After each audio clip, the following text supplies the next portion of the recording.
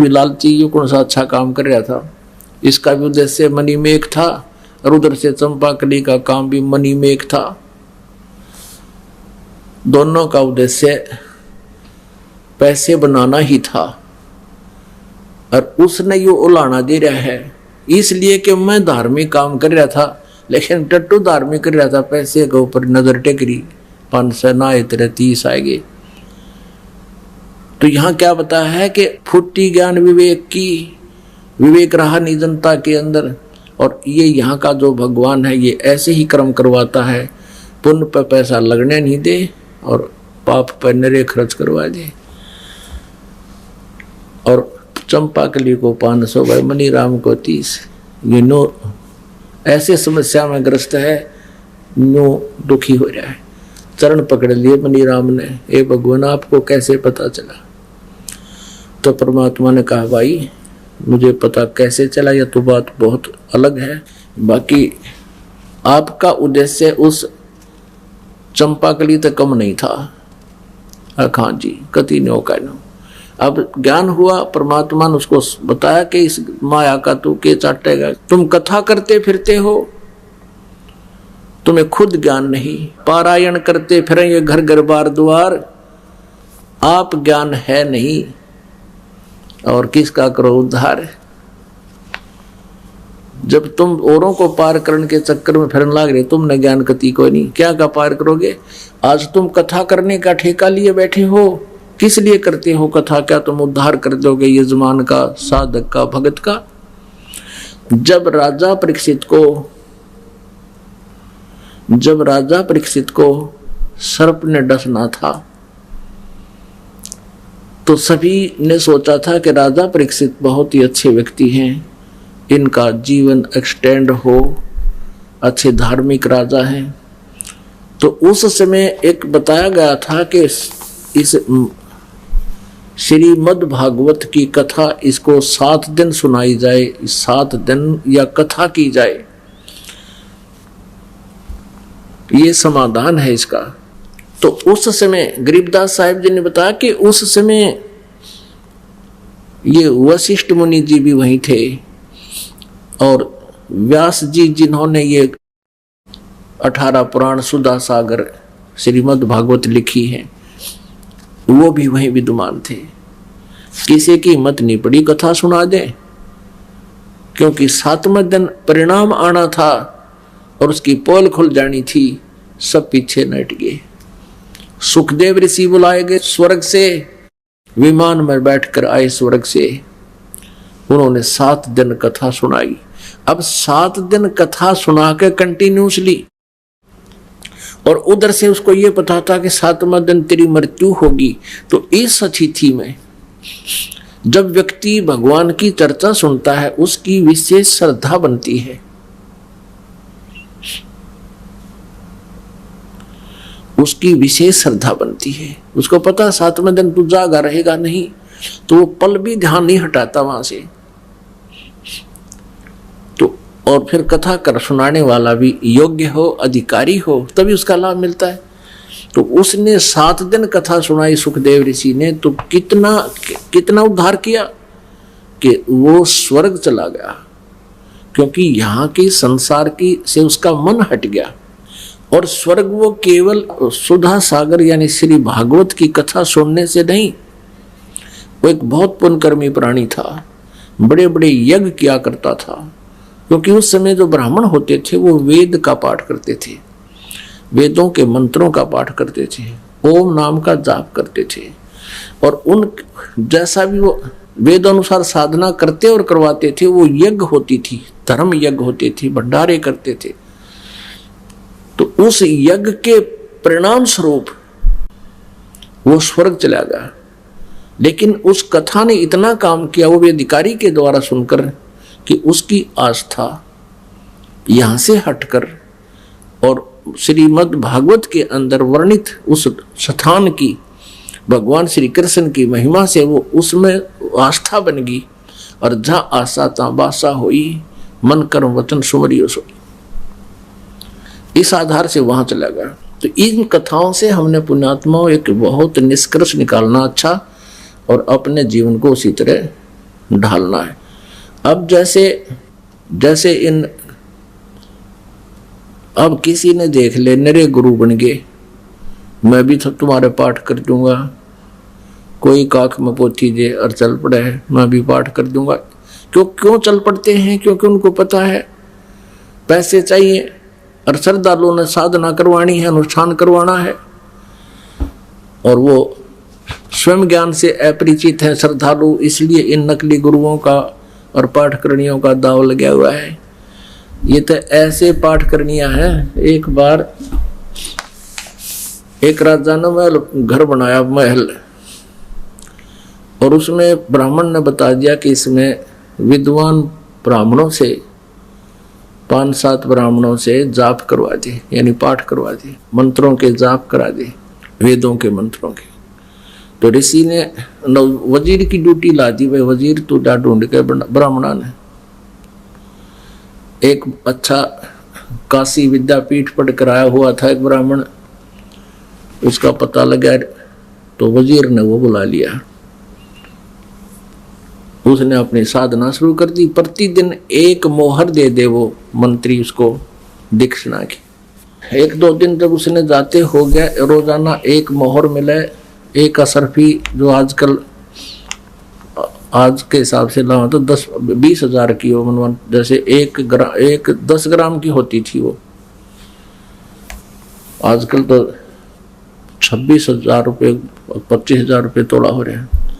तो वो एक असरफी यानी एक मोहर लेकर आव डेली। उसकी पत्नी ब्राह्मणी ने नए तक कपड़े सिलवाए, नए मंगाए जूते, और फिर उसी कॉलोनी की स्त्रियां एक कुएं पर जल लेने जाती हैं। तब वहां देखती हैं एक दूसरे को कि इसमें क्या परिवर्तन किस कारण से हुआ। बड़े सुंदर कपड़े पहन रही है, अच्छे बढ़िया जूते पहन रही है। पूछा उसने दूसरी ब्राह्मणी ने, क्या कारण है, आपने तो बड़े अच्छे कपड़े पहन रखे। उसने बताया, मेरा पति जो है राजा के यहाँ जाप करने जाता, मंत्रों के, वेदों के मंत्रों के, और रोजाना राजा एक असरफी देता है। तो उसने अपने पति ब्राह्मण से कहा कि ऐसे ऐसे फलानी का घरवाला डेली वहां मंत्रों का जाप करने जाता है, एक असरफी देता है, राजा आप भी जाओ। वो कहने लगा, भगवान वो तो विद्वान है, काशी पढ़ कर आया है, मैं तो ऐसा ही हूं, बस काम चलाऊ।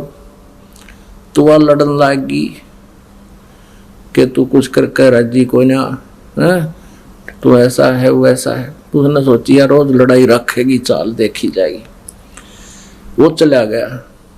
वेशभूषा एक जैसी थी, ये दोनों है, ब्राह्मण वो और ब्राह्मण वो बाह्य आडंबर से।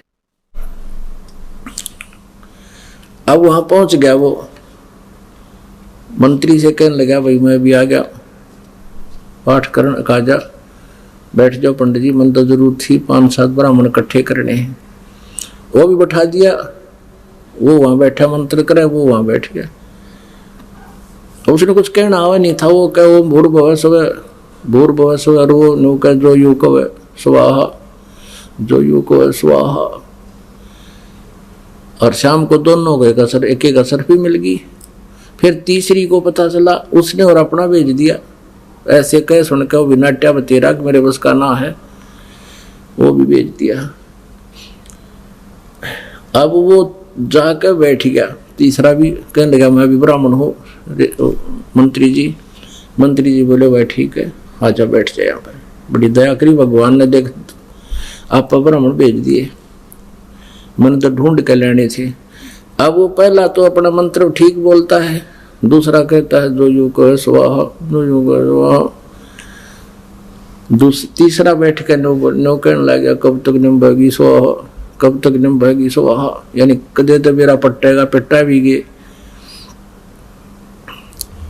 फिर एक चौथी को पता लगा कुएं पे कैसे ऐसे होगा, उनको पैसे मिलते हैं। वो चौथी ने अपना भेज दिया। वो भी नाटा की नहीं पार पड़ेगी वहां पर, वो बोली तुम ऐसे ही करते हो, ये है। वो भी चला गया, उसको भी बैठा दिया। अब पहले वाला तो अपने मंत्र जाप करके करता स्वाहा, दूसरा कहता स्वाहा, तीसरा कहता कब तक निभेगी स्वाहा, चौथा बोला न बन जाए जब तक निभेगी स्वाहा, यानी जब तक दाव लग रहा है लगा रहने दे स्वाहा। इन स्वा स्वा का कहना, यानी कहने का भाव है कि ऐसी स्थिति आगी भक्ति से दूर हो गए। तो क्या परमात्मा जो हमें बताना चाहते हैं कि कबीर परमेश्वर वो समृद्ध शक्ति हैं, उन्होंने अपनी महिमा अप बताई और जब वो परखे तो पूर्ण पाई। उनको जब हमने परमात्मा को पहचाना और उससे जो सुना था उससे जो लाभ उससे भी ज़्यादा मिला तो परमात्मा की महिमा को खरा पाया। तो उन्होंने वो समर्थ शक्ति है, उनके शब्द कोश में इम्पॉसिबल वर्ड नहीं है। सतगुर जो चाहे सो कर ही, 14 कोट दूत जम डर ही, ऊत भूत जम त्रास निवारे, चित्रगुप्त के कागज पाड़े। अब उस समर्थ शक्ति की महिमा आपको बताते हैं। अब पुण्यात्मा, एक तो परमात्मा हमें ये बताना चाहते हैं कि मानुष जन्म पाकर जो नहीं रटे हरि नाम, और जैसे कुआ जल बिना फिर बनवाया के काम। इस मनुष्य जीवन का यदि कोई उपयोग है, इसका लाभ है, तो केवल परमात्मा प्राप्ति है, अन्यथा इसका कोई यूज नहीं। जो कार्य मनुष्य जीवन में हम कर रहे हैं वो पशु पक्षी भी करते हैं, हमसे भी ज्यादा प्यार से वो अपने बच्चों का पालन करते हैं, प्रजनन करते हैं, और यही क्रिया केवल हम ही करके मर जाते हैं। तो हमारे जैसा नालायक कोई को नहीं। अब ज्ञान हुआ भगवान की भक्ति से, तो प्रसंग जो चल रहा है, अब जो विषय चल रहा है कि वो समृद्ध शक्ति के दरबार में किसी वस्तु की कमी नहीं। यदि आप जी को लाभ नहीं मिल रहा है तो आपकी चूक चाकरी में, यानी आपकी कोई सेवा सिमरन भक्ति में श्रद्धा में कोई त्रुटि, उसको ठीक करो, फिर देखो कैसे ना लाभ हो। अब ये वो परमात्मा है कि मासा घटे ना चल बधे, विध ना लिखे जो लेख, और सच्चा सतगुरु मेठ के ऊपर मारे मेघ। हमारे पास, इस दास के पास ऐसे हजारों पत्र प्राप्त हैं जिनमें ऐसी ऐसी उन्होंने अपनी दुख दर्द भरी कहानी लिखी है। एक ने बताया कि मेरे को एक ज्योतिषी ने बता दिया, हस्तरेखा पामिष्ट ने बता दिया कि जब तू 27 वर्ष का हो जाएगा तेरी मृत्यु होगी। मुझे चिंता बन गई। मैंने एक और दूसरे पामिष्ट से दिखाया, उसने भी यही बताया। मेरा और कलेजा पकड़ा गया, मर गया भाई। उम्र मेरी उसमें 20-21 वर्ष की, मुझसे नहीं रहा गया। मैंने पूछा भी कोई और जो अच्छी है, कहीं किसी से जिक्र किया तो तीसरा बताया कि बिल्कुल सब सच बता देता। उससे पूछा, उसने भी यही बताया कि तेरी तो 27 साल की आयु है। अब मैंने सोचा भी मर गया तू, तो बात बिगड़ गई। घर वाले का तू ब्याह करवा ले, शादी करवा, और मैं नाटू ना नो बताऊं किस कारण से मना करता हूं कि कहीं इनको भी चिंता हो जा, मैं तो दुखी हूं ही हूं। ऐसे कति बिल्कुल खाना पीना भी छूट गया। ऐसे ही उसने सत्संग सुना। एक दिन किसी भक्त ने बताया कि तू क्या तकलीफ है तेरे, उसको भी नहीं बताया। वो कहते कहीं घर वालों को बता दे, चिंता में मर जा। कहने लगा मेरे कोई तकलीफ है भाई, मैं ठीक नहीं हो रहा, इलाज करवा ले कहीं से। भक्त ने कहा कि इलाज मैंने सारा करा लिया, कोई आराम नहीं होता। तो उसने कहा हमारे गुरु जी के पास चल, उपदेश ले ले। वो जो इन पामिष्टों से हाथ दिखा कर आया था, उसने उस भविष्य बता रखा था। वो कहने लगा मेरी बीमारी का इलाज इस पृथ्वी पर कौन है। उसने कहा भी हमारे गुरु जी के पास तो बीमारी बात बता कह है। परमात्मा कबीर जी जो है ना, उम्र भी बढ़ा देते हैं। वो कहने लगा सच्ची है? कहा सच्ची। क्या सच्ची बात है? कहा सच्ची बात। उसके कहने से उसको कुछ आशा हुई कि मैं चल देखता हूँ। आ गया, सत्संग सुना। एक दो परमात्मा की कृपा से उसने बताया नहीं किसी को अपनी कि उसके साथ क्या हो रहा था। एक आधे और को जो वो भगत जानता था कि देख इससे पूछ ले इसकी कैसे मृत्यु बता रखी थी। उसने बताया कि मेरे को यम के दूत ले गए, जो पामिष्ट से हाथ दिखा रहा था उसको भगत बता रहा है को। और मेरा समय पूरा हो गया था, मुझे यम के दूत लेने आ गए, मुझे जबरदस्ती ले गए ऊपर। नाम ले रखा था। ऊपर जाकर देखा, धर्मराज ने निकाला मेरा अकाउंट। कहने लगा भाई इसकी उम्र तो बिल्कुल इतनी ही है, इसको पटक दो नरक में। उसी समय परमात्मा इस दास के रूप में पहुंच गए कि खबरदार छोड़ो इसको। धर्मराज कहने लगा जी मेरे इसमें अकाउंट में इतनी उम्र है इसकी, बोला तेरे अकाउंट नंबर आप पूरा कर दूंगा, इधर छोड़ो।